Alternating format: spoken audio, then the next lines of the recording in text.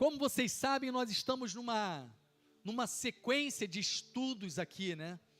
Resolvemos pegar alguns temas que muito é debatido e que muitas vezes gera algumas dúvidas, né, nas pessoas, e estamos buscando esclarecer esses pontos e como nós compreendemos esses assuntos que nós temos tratado aqui, que muitas vezes assuntos que nunca foram ensinados, nunca foram abordados, nunca foram esclarecidos, né, durante toda a história da igreja. E aqui nós já estamos entrando hoje no 7º episódio, passa rápido, né? O 7º episódio, o 7º tema que nós estamos trabalhando aqui nesse sábado. E eu vou rever quais foram esses temas, e agora eu vou falar só o tópico, eu não vou falar sobre cada um, porque não dá mais. Mas o primeiro episódio, nós tivemos como tema Yeshua de Netzarit, Yeshua de Nazaré. Mostramos como que foi a vida dele, a vivência dele, como ele cresceu em meio a um ambiente judaico, o que muitas vezes, né, separam, a gente parece que não consegue entender isso, que ele tem um pai, uma mãe, né, todos judeus, e vivendo a fé baseada dentro da fé judaica em sua terra. Então esse foi o nosso tema, mostrando a verdadeira identidade de Yeshua como um judeu. O segundo episódio falamos sobre Yeshua e a doutrina dos fariseus. Quem eram os fariseus? Que a igreja criou um estereótipo, né, de algo negativo, de algo pejorativo, e parece que todo fariseu é uma coisa que não presta, e lançamos isso por terra. Nós vimos que não é nada disso. Na verdade, haviam fariseus hipócritas, como há fariseus em todo grupo, em toda seita, em todo local, né? Nós temos aqueles que são hipócritas, né? E haviam aqueles hipócritas, e que a hipocrisia foi combatida sim por Yeshua, mas o fariseu, na verdade, ele era um cumpridor da vontade do Eterno. Nós temos exemplos e mostramos que o próprio Paulo, mesmo depois de seu encontro, de reconhecer que Yeshua era o Mashiach, ele vai se apresentar assim: eu mesmo sou. Ele não fala que ele era, ele fala: eu sou fariseu da tribo de Benjamim. E ele se apresenta como fariseu, porque aquela era a linha de compreensão e entendimento que ele tinha das escrituras, uma linha farisaica. Nós vimos isso no segundo tema.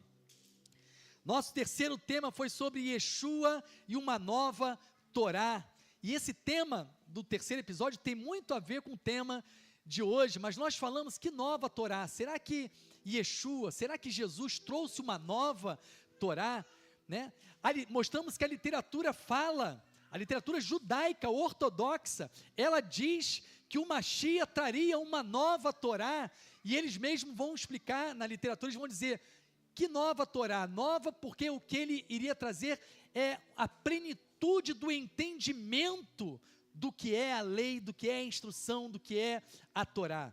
Ele ia nos levar a um nível perfeito de compreensão de como se cumpre a lei, como se cumpre a Torá. E nós vimos que Yeshua, ele cumpre esse propósito. Nós vemos lá que o texto diz que ele não veio abolir, mas ele veio tornar pleno, ou completar, mas ali plerosai, é tornar pleno o entendimento. Ele veio mostrar: olha, isso aqui que vocês estão entendendo está errado.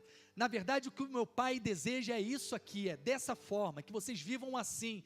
E ele mesmo vai dizer, né, quando ele vai falar dessa novidade, ele vai falar: olha, ame a Deus e ame ao próximo. Mas o que há de novo? Já estava isso na Torá. Hoje comentamos lá nos homens, já havia lá na Torá amar a Deus e amar ao próximo. O que há de novo?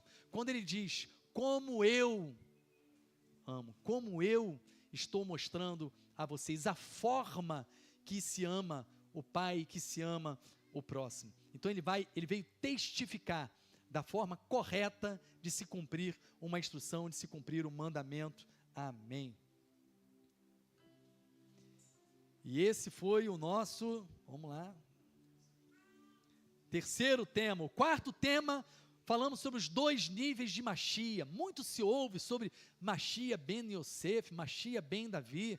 Será que existe 2 vindas, né? E o judaísmo vai dizer, que loucura é essa? E nós mostramos aqui que a literatura judaica fala sim de 2 tempos, de 2 níveis de Machia. Inclusive quando eles vão interpretar 2 profecias, a profecia de Daniel e a profecia de Zacarias, porque um vai dizer que ele vem montado no jumento, outro que ele vem sobre as nuvens. Na verdade, será que é contradição? Não, o que nós temos são 2 níveis e 2 momentos da vinda de Machia. A primeira vinda, ele vem com uma simplicidade, montado num jumento, né? A gente chama de Machia ben Yosef, o servo sofredor, né?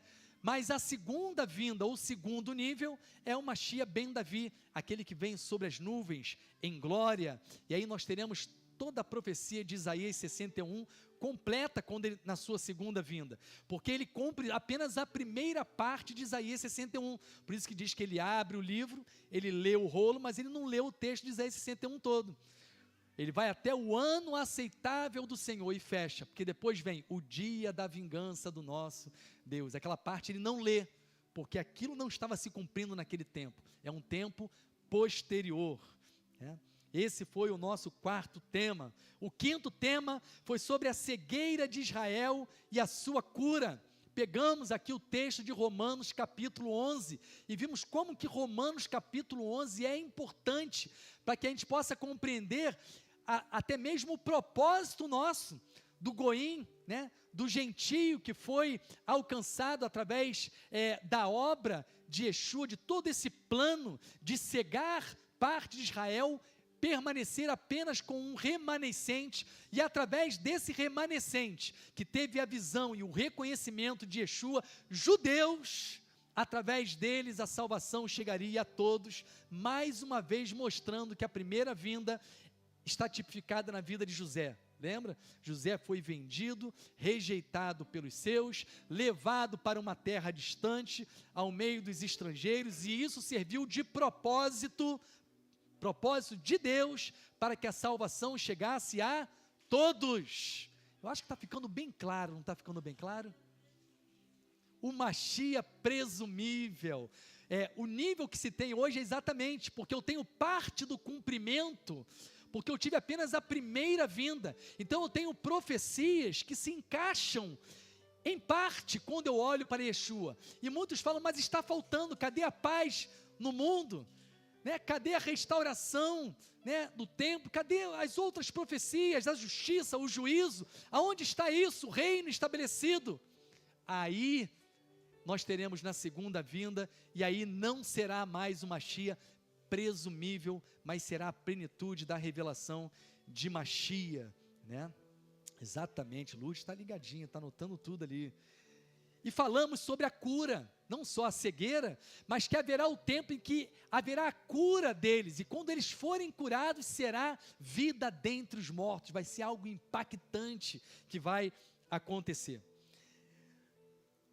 O último episódio que nós falamos aqui, que foi sábado retrasado, sábado passado eu não estava aqui, foi sobre a divindade de Yeshua. Nós falamos, resolvemos essa questão aqui que muitas pessoas perguntam, e aí, Yeshua, Jesus, é Deus ou não é Deus? E nós mostramos que, na verdade, o grande equívoco e erro está na compreensão do que é a palavra que foi traduzida para Deus, a palavra Elohim. Eu só consigo trazer uma resposta perfeita a essa pergunta se eu entendo o que é Elohim. E nós vimos que Elohim é um superlativo de grandeza. Está falando a ser, não uma divindade no sentido grego da palavra, mas no sentido de alguém que é colocado numa posição superior. E aí nós vimos que essa palavra Elohim, que foi traduzida para Deus, ela é aplicada em vários níveis. Ela é aplicada a um homem pode ser chamado de Elohim, como foi Moisés chamado de Elohim pelo próprio Eterno, porque o Eterno colocou Moisés numa posição superior ao faraó, superior a Arão, por isso que o Eterno fala, eu te coloquei como Deus, como Elohim. Nós vimos que o povo de Israel foi chamado de Elohim, e o próprio Yeshua, Jesus falou isso, vós não sois Elohim, por quê? Porque o eterno, aquele que está acima de tudo e de todos, ele é único, errado nessa posição de superioridade, não há ninguém como ele, comparável a ele, nem no mesmo nível dele, nem mesmo seu filho. Na verdade, ele é aquele que coloca as pessoas na posição, porque ele detém todo o poder. E diz que ele escolheu o povo de Israel como um povo sacerdotal, acima das demais nações. Por isso que Israel é chamado de Elohim, um povo sacerdotal. Vimos que juízes, todos aqueles que recebem uma autoridade, uma posição superior, são chamados de Elohim. Esse é o verdadeiro sentido da palavra Elohim, que foi traduzida para Deus. E aí, com base nesse conceito e nessa compreensão, nós podemos responder: Yeshua é Deus? Vamos olhar para as Escrituras? As Escrituras dizem que o Pai o elevou, colocou ele numa posição superior a principado, potestade, dominadores. Se ele foi colocado numa posição superior, logo ele é Elohim. Esse é o conceito de Elohim, alguém que é colocado numa posição superior, uma posição elevada. E aí eu fiz uma pergunta que muitos ficam até com medo de responder: e vocês? Vocês são Elohim? Com base nesse conceito? Vocês são Deus? Nesse conceito? Sim, porque diz que, quer dizer, depende. Se você está em Yeshua, conectado, ligado a Yeshua, sim, porque diz que o Pai o elevou e ele se fez cabeça e nos fez corpo. Se tudo estava debaixo dos pés e eu sou corpo, logo eu estou numa posição superior nele, com ele. Se estamos nele, somos também Elohim. Estamos numa posição superior sobre todo o principado, potestade, dominadores e força espiritual do mal. Amém? Esse foi o sexto e último. E hoje vamos entender um pouco sobre a nova aliança. E eu falei que nova aliança tem muito a ver com aquele tema que a gente falou, de uma nova Torá, E nós mostramos que, na verdade, nova Torá não é uma Torá diferente. A palavra Torá é instrução ou lei. Não é uma Torá diferente daquela, mas é a compreensão genuína, verdadeira e plena do que ela quer dizer, do que ela representa. Não há mudança naquela lei. Mas quando nós falamos de nova aliança, e que nova aliança é essa? Interessante que há uns dias eu vi um debate sobre esse tema, e em meio a esse debate, uma pessoa falando assim: esse negócio essa divisão Antigo Testamento, Novo Testamento, isso não existe, Antigo e Novo Testamento, esse era o debate. E aí, uma liderança lá virou e falou assim: mas o termo Antigo Testamento e Novo Testamento foi dito por Paulo, e pegou o texto de Hebreus, ali toda aquela parte, Hebreus 8, 9, ali está escrito Antigo e Novo, e ele falou: isso aqui na verdade é um título que foi dado por Paulo. Verdade ou mentira desse líder? Mentira. Por que mentira? Engraçado, cuidado, porque a mentira vem disfarçada de verdade. Porque Paulo realmente cita Antigo, e você vê que está falando de testamento ou aliança, ali, e nova aliança ou Novo Testamento. Só que aonde está a mentira? Não está na palavra sendo utilizada por Paulo.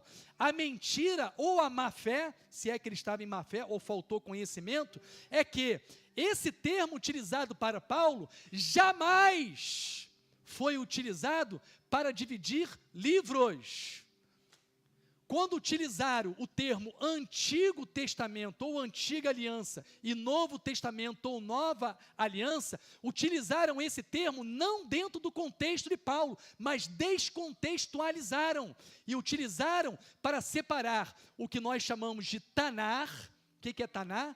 É o conjunto que hoje se chama Antigo Testamento, com base em Marcião, que era um politeísta, que fez essa divisão para dizer que haviam dois deuses, inclusive esse é o conceito dele: o do antigo é um Deus mau e agora eu tenho um Deus bom. Esquece, o Antigo Testamento ou o Taná está envelhecido, acabou, esquece, agora é uma nova aliança, é um novo testamento. É só aqui, Mateus, Marcos, Lucas, Apocalipse.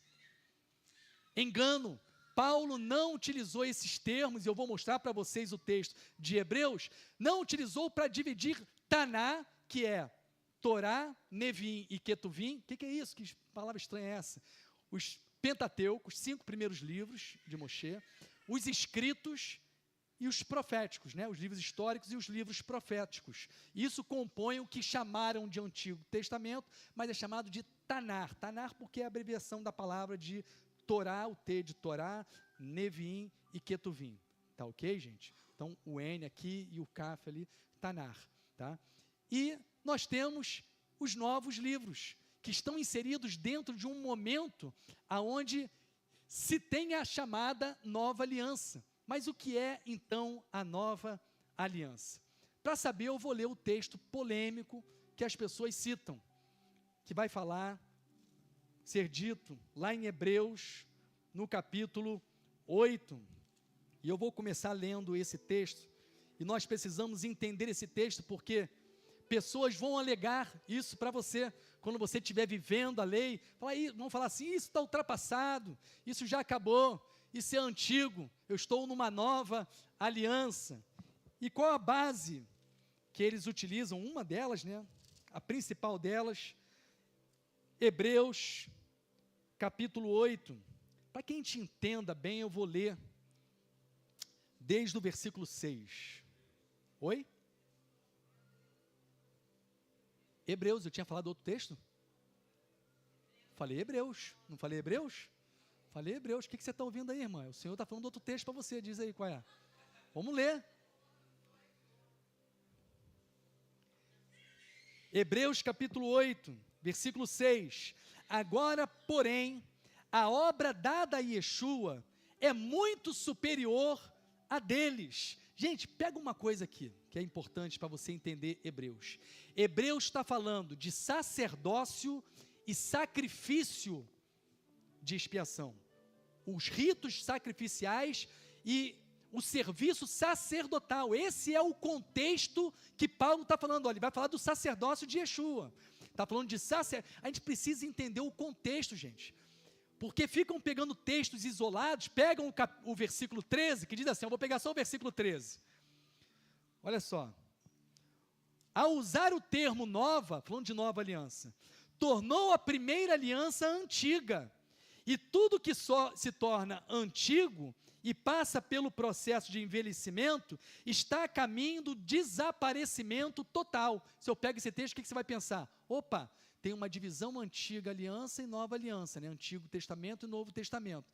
Então, o que é antigo está num processo de envelhecimento e vai o quê? Acabar, vai desaparecer, está no caminho do desaparecimento total. Acabou.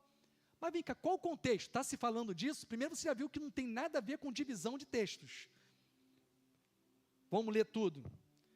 Vamos lá. A obra dada a Yeshua é muito superior a deles. Assim como a aliança por ele mediada é melhor. Yeshua foi um mediador de uma nova aliança. Porque essa aliança foi dada como Torá, com base em melhores promessas. De fato, se a primeira aliança não tivesse dado espaço para a descoberta de erros, não haveria necessidade da segunda, pois é Deus quem achou o erro no povo ao dizer, vejam, estão chegando dias, diz Adonai, quando estabelecerei com a casa de Israel, isso é importante, é bom até marcar, com a casa de Israel e com a casa de Erudá, marca também, uma nova aliança. Ele está dizendo que viria uma aliança nova, que é superior à aliança anterior. Quem seria o mediador? Yeshua, porque o sacerdócio dele é superior. Ela não será como a aliança que fiz com seus pais, no dia em que os peguei pela mão e os levei para fora da terra do Egito, porque eles, de sua parte, não permaneceram fiéis à minha aliança. Dessa forma, eu, de minha parte, parei de me importar com eles, diz Adonai. Esta é a aliança que farei. Vamos ver qual é a aliança que ele vai fazer. essa é a aliança que farei. O que é a nova aliança? Ele vai dizer, gente: e farei com a casa de Israel depois daqueles dias, diz Adonai. O que ele vai fazer? O que é a nova aliança? Porei a minha Torá.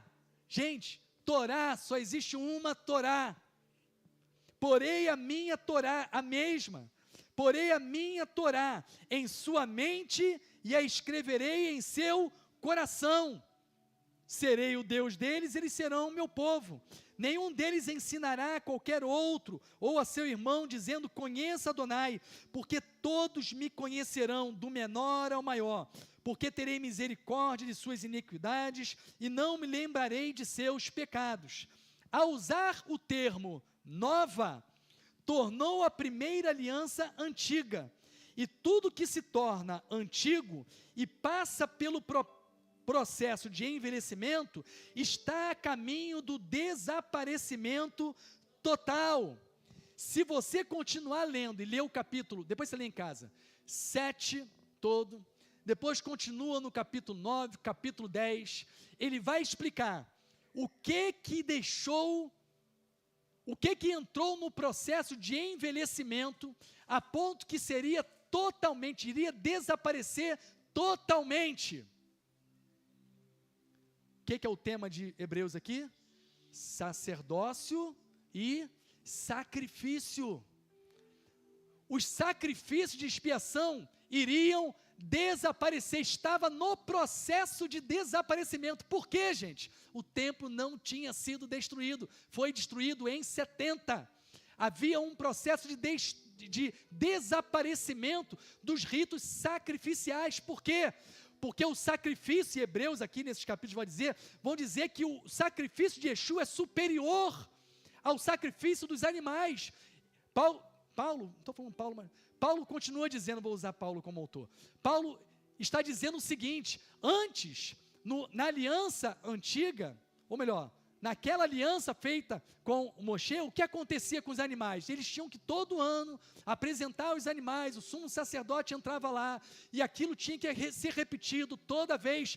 Agora, a obra do sumo sacerdote, o sacerdócio de Yeshua, o sacerdócio de Melquisedeque, não é mais igual àquele, que aquele era levítico, era de uma linhagem física. Agora não, é alguém que é escolhido pelo Eterno, e o Eterno determina: esse é o meu sacerdote. Ele vai oferecer um sacrifício que é permanente, perfeito, permanente. Aquele sacrifício perderam valor, esse aqui é perfeito, é pleno. Aquele sacrifício está num processo de desaparecimento. Veja que há um processo ainda, porque não acabou o templo. O templo estava lá funcionando ainda. Aquilo estava num processo de envelhecimento e desaparecimento. Esse é o tema. Não tem nada a ver com divisão de livro, com divisão de Taná, Antigo Testamento e Novo Testamento. O que vale é isso aqui agora, aquilo lá não vale. Está relacionado apenas com isso. Até porque, se eu fosse apagar e rejeitar tudo aquilo, por que ele disse que ele não veio abolir, mas veio tornar pleno o entendimento? Para que eu vou fazer com que você entenda plenamente como cumpre uma Torá, se ela vai desaparecer? Que missão é essa louca? Mas o que está no processo aqui é sacrifício, sacerdócio e representação da lei. Isso também mudou e nós falamos já sobre isso. O que há de mudança, o que há de novidade aqui também? Ele diz: a Torá é uma Torá, a instrução de Deus, ou a vontade de Deus, para não falar lei, que as pessoas acham isso pesado. A vontade de Deus não seria algo apenas acessível através de letras, de forma que muitas vezes eu precisava que alguém viesse me explicar e me ensinar. Ele está dizendo agora: a vontade de Deus vai estar dentro da sua mente, dentro do seu coração, através da obra desse mediador que é Yeshua, do sacrifício dele, porque foi necessário morrer, foi necessário a cruz, para que essa Torá viesse para dentro da minha mente, do meu coração, numa relação íntima comigo, pessoalmente. E o que é isso? O Espírito. Urua. O Espírito do Eterno vem a mim através da obra desse mediador que é Yeshua. Ele falou, olha, eu vou para o Pai, espera que eu vou enviar o Espírito. Aguarde em Jerusalém, vai chegar a festa de Shavuot, vocês vão estar celebrando, porque festa é para celebrar, é tempo designado. E naquele tempo, vocês vão receber desse Espírito. A realidade da nova aliança vai vir para dentro de vocês. E ela está num processo aonde vai chegar um tempo em que ninguém precisará explicar para você qual a vontade de Deus, porque é o Espírito de Deus dentro de você que vai revelar a você a vontade dele. Está escrito, o homem conhece o homem através do seu Espírito, só se conhece Deus através do Espírito de Deus. Isso é claro, gente, isso é claro. Hoje nós ainda temos falta por causa da nossa incapacidade que nós produzimos em nós e que nos afasta e que muitas vezes nos impede de ouvir o Espírito de Deus e nos leva a decisões erradas, mas haverá um tempo dessa plenitude, é isso que nós temos buscado, esse óleo puro que nós falamos nessa porção, remover a impureza que nos cega, que impede que esse brilho venha até nós, de forma que um brilho venha trazer e me dar acesso a toda a plenitude da vontade de Deus. Mas para não ficar em minhas palavras apenas, tinha um monte de texto aqui para ler. Na verdade, Paulo, ele está citando aqui o profeta Jeremias, lá no capítulo 31, quando ele fala que o Senhor faria uma nova aliança. Ezequiel ainda vai falar que ele iria operar algo tremendo, ele iria nos dar um novo coração, remover de mim um coração de pedra. Gente, pedra, aquilo que você tinha lá escrito, letra, sem vida, e nos daria um coração de carne. O que isso está falando? Não é apenas uma palavra, mas é a palavra com o Espírito. E aí eu entendo quando diz a letra mata. Quando diz a letra mata, não é porque a palavra, a Torá mata, é porque a letra pura, sem o Espírito, que é vida, ela é simples, são simples palavras, é um simples intelecto. Mas se a palavra, ela é viva em mim, e ela só se torna viva em mim através do Espírito de Deus, por isso que diz, mas o Espírito vivifica. E é por isso que foi necessário a nova aliança, a obra de Yeshua o Mashiach, para que esse Espírito viesse e trouxesse essa palavra viva dentro de nós. O que há de novo? O sacerdócio. Um sacerdócio perfeito. O que há de novo? Um sacrifício perfeito, de forma que você não precisa ter alguém entrando todo ano agora, porque o sacrifício já foi feito por mim e por você. E é tão perfeito isso na história que Flávio Josefo, historiador do primeiro século, ele vai dizer que algo aconteceu ali, ele vai dizer, 40 anos antes da destruição do templo, ele vai dizer, 40 anos antes da destruição do templo, o historiador vai dizer, aconteceu algo. O que aconteceu naquele tempo? Sempre que se oferecia lá o bode de Yom Kippur, você tinha o ato de amarrar o tecido branco na porta do templo e no chifre do bode que era oferecido a Azazel e era levado. Quando o Eterno aceitava o sacrifício, o que acontecia? Aquele tecido, na verdade escarlate, né? Ele ficava branco. Diz que depois daquele tempo ele jamais voltou a ficar, ou melhor, o sacrifício físico não foi aceito, porque estava envelhecido, o perfeito já tinha sido oferecido. Vai dizer ainda que a porta do templo, quando fechavam a porta do templo, e aí passava a porta do templo, se abria sozinha.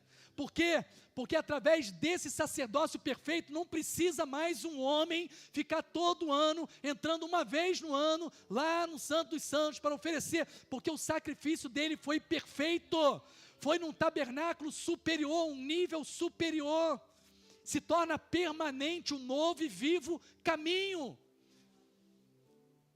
Isso é nova aliança, essa é a novidade, trazida por Yeshua, e as demais coisas continuam as mesmas, o Shabat continua presente, ele não veio acabar o Shabat, até porque você vê lá em Atos, os discípulos de Yeshua que aprenderam e cumpriam todos os ensinamentos do seu mestre, cumprindo o Shabat, inclusive cumprindo tradições do Shabat, cumprindo tradições halahá, que determinava quanto passo que eu podia dar no Shabat, que nem lei do Eterno, era tradição, vivendo o Shabat. Então isso não foi removido. Nova aliança não trouxe mudança plena, trouxe mudança dentro do contexto que está sendo dito aqui. Sacerdócio, sacrifício, ambiente de habitação da Torá, da vontade do Eterno. Mas eu vou ler o que diz David Ster sobre esses assuntos, para que você tenha também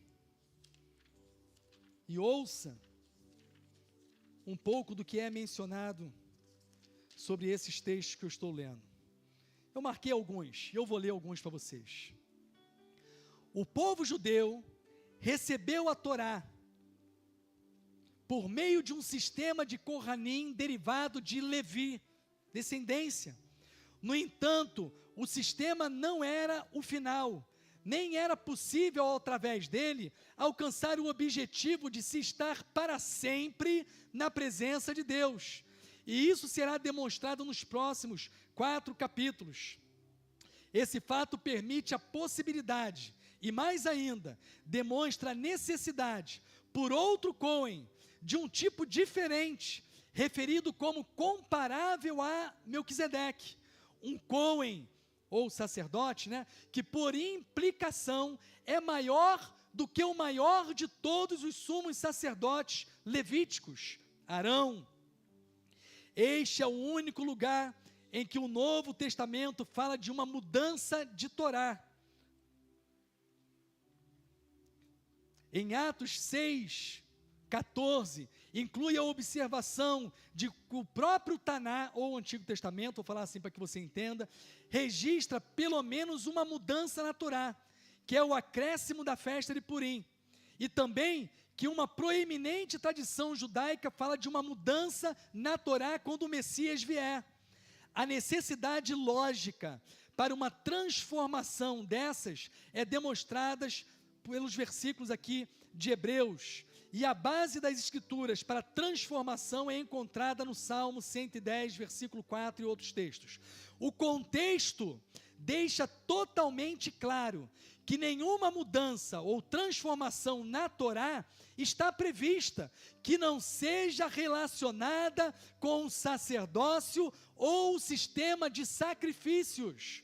O termo metateses implica na retenção da estrutura básica da Torá, com alguns de seus elementos sendo recompostos ou alterados, porém não implica em abolir a Torá como um todo, nem de mitzvot, mandamentos, não relacionados com o sacerdócio ou com o sistema de sacrifícios, como o próprio Yeshua disse: não pensem que vim abolir a Torá. Não vim abolir, mas completar, ou plerosai, tornar pleno o seu entendimento.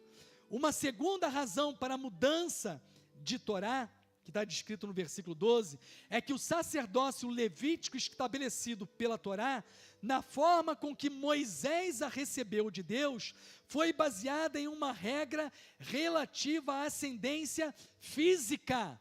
Tribo de Levi, descendente de Aarão.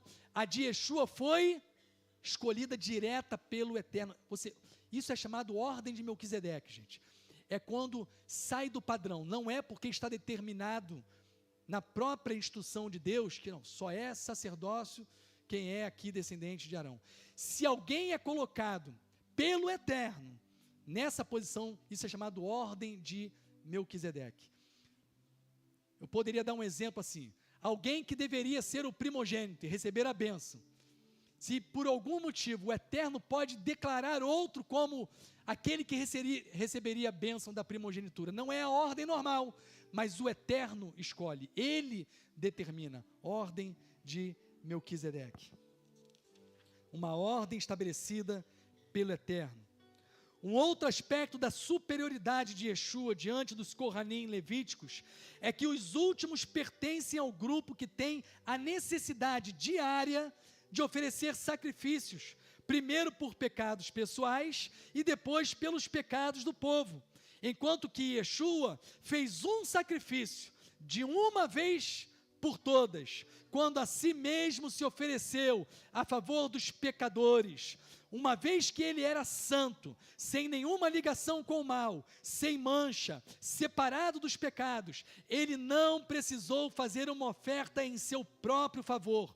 O processo do sacrifício, conforme descrito na Torá, enfatiza a necessidade de ambos, o Cohen e o ofertante, se identificarem com o sacrifício. Aqui, entretanto, vemos a suprema identificação. Ela é perfeita, portanto, não necessita ser repetida. Jeremias escreve que a nova aliança será com a casa de Israel e com a casa de Yehudá. Ele não diz que Deus fará sua nova aliança com os gentios ou com cristãos. Yeshua apresentou a nova aliança não para um grupo de gentios, mas exclusivamente a um grupo de judeus. Quando? No Seder de Pessa, lembra? Essa é a nova aliança, o meu sangue derramado por vós. Os gentios ingressam nessa aliança, sendo enxertados a Israel. Vou ler só mais um pouquinho. No entanto, cristãos e judeus messiânicos deveriam compreender que todo aquele que está sob a nova aliança precisa observar a Torá. Esse é o sentido pleno da frase: porei-me a Torá em sua mente e a escreverei em seu coração. Não se trata de uma nova Torá diferente da Torá do chamado Antigo Testamento. É a única Torá que existe, compreendida no espírito do Messias, o verdadeiro significado da Torá, sustentada pelo Messias. Um escritor chamado Luke Williams diz: as palavras de Deus para Jeremias não são o anúncio de uma nova lei, mas sim de um novo princípio de se guardar a lei, segundo o qual Deus perdoa o pecador, escreve a lei em seu coração e põe em uma nova relação com ele mesmo, e se torna conhecido dele. A nova aliança, aquilo que está sendo dito aqui, não é divisão de texto, não é abolir, apagar, excluir as instruções do Eterno, mas é uma mudança sim, no sacerdócio, no sacrifício e no ambiente, na materialização da vontade do Eterno. O sacerdócio agora é superior. É o sacerdócio de Yeshua, o Mashiach, ordem de Melquisedeque. Não depende mais de uma linhagem que tem que se renovar quando morre e outro vem e assume. Aquilo, processo de envelhecimento, perecer, desaparecer. Sacrifício de animais para expiação de pecados, processo de envelhecimento que ele entrou e desaparecimento. Por quê? Porque o sacrifício de Yeshua é perfeito, é superior ao de animais. E a manifestação dessa Torá, dessa mesma lei, não mais em pedras, mas agora viva em nossa mente e em nosso coração. Isso é a nova aliança. As leis não foram abandonadas. Não se deixe enganar por aqueles que pegam esse texto e falam que eles estão relacionados a uma divisão que foi feito pelo homem, dizendo que o que está para trás pereceu, é antigo, vai acabar, e o que vale agora é o novo. Mentira. Como diz o Luiz Costa, mentiram para mim, mentiram para você. Nova aliança é a mesma Torá, agora viva dentro de nós, com um sacerdócio pleno, perfeito, um sacrifício perfeito, nos dando acesso hoje direto à plena vontade do Eterno pelo Espírito e a própria presença dele pelo novo e vivo caminho operado por Yeshua. Que você possa viver essa nova aliança que chega a nós através do sangue de Yeshua, em nome de Yeshua. Amém e amém.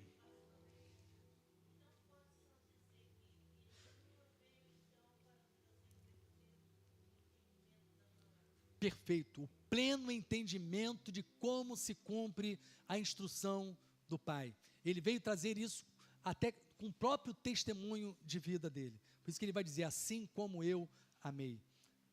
Amém? Amém, gente? Tudo compreendido? Alguém ficou com dúvida de nova aliança? O que é nova aliança? Amém? Então vamos orar, feche seus olhos.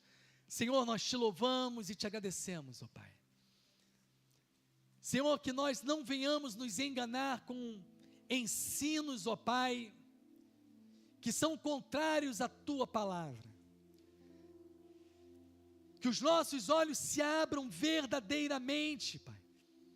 Que o Teu Espírito em nós, e essa é a nova aliança, a Torá, e foi isso que Paulo disse, essa é a nova aliança, essa é a novidade, a Torá agora em minha mente, em meu coração, essa é a novidade, um sacerdócio perfeito, um sacrifício perfeito, feito por Yeshua, cumprido por Yeshua, o Mashiach.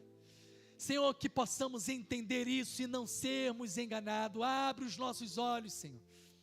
Que o Teu Espírito nos conduza ao ensinamento da Tua vontade. Como está dito aqui, e faz parte da nova aliança, não haveria necessidade de quem nos ensinasse, porque o próprio Espírito do Senhor em nós, nos mostraria que essa é a verdade, traria discernimento do certo e do errado, o que nasce no coração do homem, o que nasce no coração de Deus.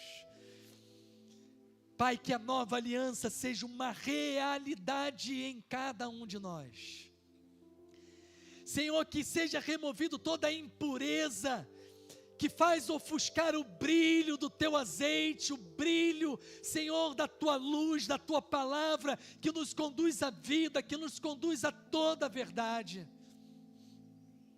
E que assim, Pai, assim como aquela luz, aquele azeite de uma primeira prensa, Senhor, que ao queimar trazia a luz mais brilhante, esclarecia e trazia todo entendimento. Que esse seja o óleo, Senhor, que repousa sobre nossa vida, Pai. Opera isso em nossa vida, em cada um que tem chegado a este lugar, Senhor. Que cada um de nós sejamos, Senhor, alcançados por essa verdade poderosa, transformadora, Pai. E faz-nos um instrumento em Suas mãos. É o que nós te pedimos e te agradecemos desde já, ó Pai. Em nome de Yeshua, o Mashiach. Amém e amém. Que o Senhor te abençoe.